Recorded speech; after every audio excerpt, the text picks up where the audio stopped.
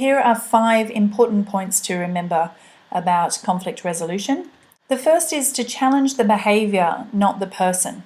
If you, for example, need to discuss that somebody was doing something that has upset the other person, make sure that you always use statements that talk about the behaviour, not the person. So, for example, if the accusation is that somebody is being lazy or not doing their job properly, you can use the sentence, when you did X, the other person felt Y. When you describe the behaviour and not the person, it allows the person to change and display different behaviour in the future. Whereas if you label the person as being lazy, not only are they going to get defensive, but it also means that there's no way for them to change that behaviour, because you're saying that they definitively are lazy. When actually what you're really trying to say is just that the behaviour was lazy and that the person needs to change.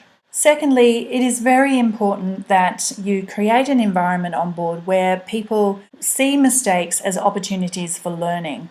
If people make mistakes and you come down on them like a ton of bricks, you generally cause a situation where people are frightened and nervous, and that not only encourages them to make more mistakes, but it also encourages them to hide any kinds of mistakes in the future, which is very dangerous, particularly from a safety perspective.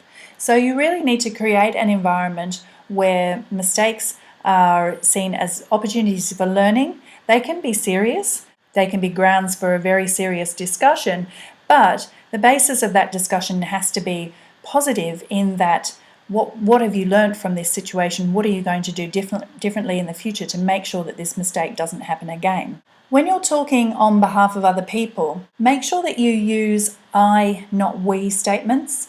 We statements are often used by politicians and the media. Everyone thinks. We think. This assumes knowing what other people think. It's speaking on other people's behalves. So it's very important that you only ever speak from your own perspective. Use summaries as you're going through the conflict resolution process.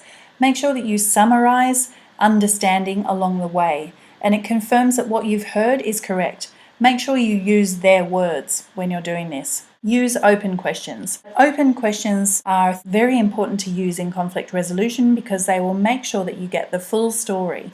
So don't lead. Don't use things like, don't you think, wouldn't you be better doing, shouldn't you, have you, could you, all of those types of statements aren't real questions, they're leading, and they don't encourage engagement from the other parties that are involved in the conflict resolution.